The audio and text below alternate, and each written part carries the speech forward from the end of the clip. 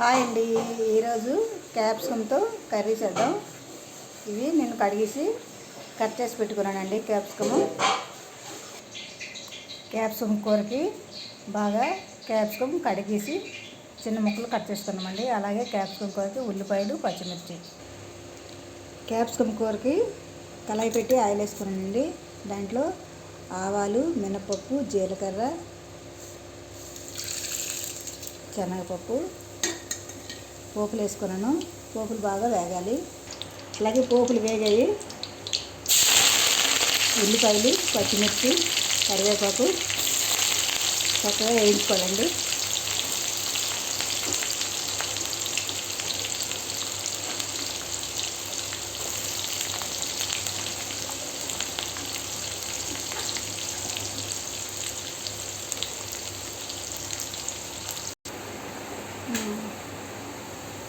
ఉల్లిపాయలు బాగా వేయండి. ఇప్పుడు దీంట్లో క్యాప్సికం వేస్తాను.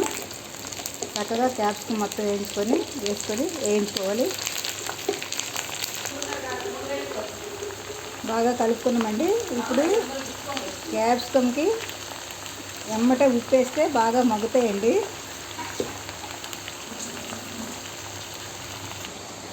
కూర కొద్దిగా మగ్గిందండి. కొద్దిగా పసుపు కూడా వేసుకున్నాను. కూర బాగా మగ్గిందండి. ఇప్పుడు దీనికి సరిపడా కారం వేస్తున్నాను. ఇది బాగా మగ్గిన తర్వాత చక్కగా కలుపుకొని దించే ముందు శనగపిండి వేసి దించుకోవాలండి. సూపర్గా ఉంటుంది. ట్రై చేయండి, మీరు కూడా బాగుంటుంది.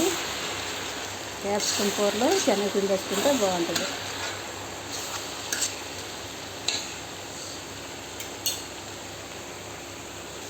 చూడండి, కూర బాగా మగ్గింది. ఇప్పుడు దీంట్లో కొద్దిగా శనగపిండి వేసుకోవాలండి. శనగపిండి వేసుకొని కలుపుకోవాలి. కూర సూపర్గా ఉంటుందండి. అంటే నేను కొద్దిగా ఎక్కువ వేస్తున్నాను. మీకు ఎంత కావాలో మీరు అంత వేసుకోవచ్చు. మా కూర క్వాలిటీ ఎక్కువ వేస్తున్నాను. క్వాలిటీని బట్టి అన్నమాట. కొద్దిగా కూర వండుకునే వాళ్ళు కొద్దిగా వేసుకోవచ్చు. క్యాప్సికము కూర, శనగపిండి వేసిన క్యాప్సికం కూర రెడీ అండి. చూడండి, మీరు కూడా ఎంతో బాగుంటుంది.